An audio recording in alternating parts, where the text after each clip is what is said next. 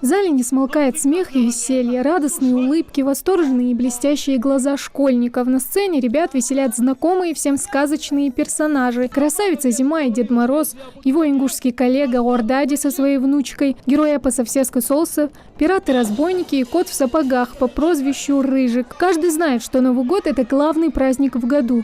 Его с нетерпением ждут и взрослые, и дети, ведь именно в канун Нового года случаются настоящие чудеса. И кто только не хочет каждый раз сорвать праздник. На этот раз украсть Дедушку Мороза, главного зимнего волшебника, попытались морские разбойники. Пойдем!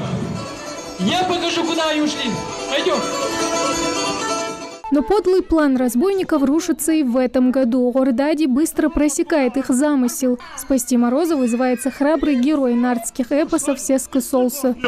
А почему вы не веселы? Нас и повесили. А вот юный кавалерист Даниалбек Сапралиев в случае чего может подменить «Всеска Солсу», даст отпор любым разбойникам. Мальчик выбрал этот костюм не просто так. Гусары скачут на лошадях, и они благородные, смелые и храбрые. Но каждой сказке приходит конец. Добро всегда побеждает зло. Вот и в этой также. «Всеска Солса» спасает дедушку из лап коварных пиратов и возвращает детям праздник. Благодарные зрители встречают это событие веселыми танцами.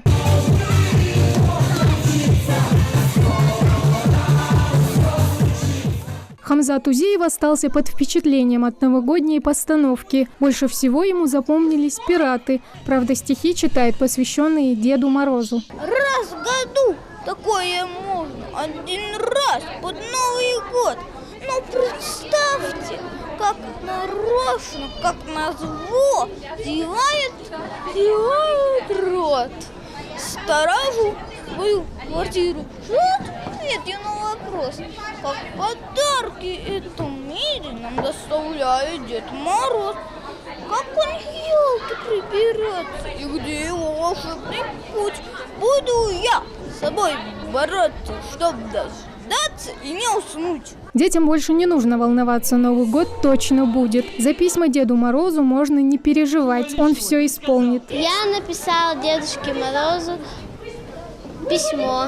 Я попросила, чтобы у меня были куклы Лол. Еще набор куколок для своих сестер. Под впечатлением от утренника остались как главные виновники торжества дети, так и взрослые, которые пришли разделить праздник волшебства со своими детьми и внуками. У меня девочка в этом лицее учится уже 2-й год. А каждый год идут новые и новые представления. Вот в этом году, конечно, все было феерично. И, по-моему, это наш театр был в этом году. Мне очень понравилось, что не были приглашены какие-то гости, а именно наш театр. Мне понравилось, что в этом году, что наши дети мне как-то на своем языке слышали и Дед Мороза, и Снегурочку, и что как-то все было более доступно. А новогодние утренники только начинаются. Это хорошая возможность для малышей зарядиться положительными эмоциями на весь предстоящий год. Главное, хорошо вести себя весь этот год, чтобы все мечты и пожелания исполнились. Тамара Хашагульгова, Ахмед Гандаров, Новости 24.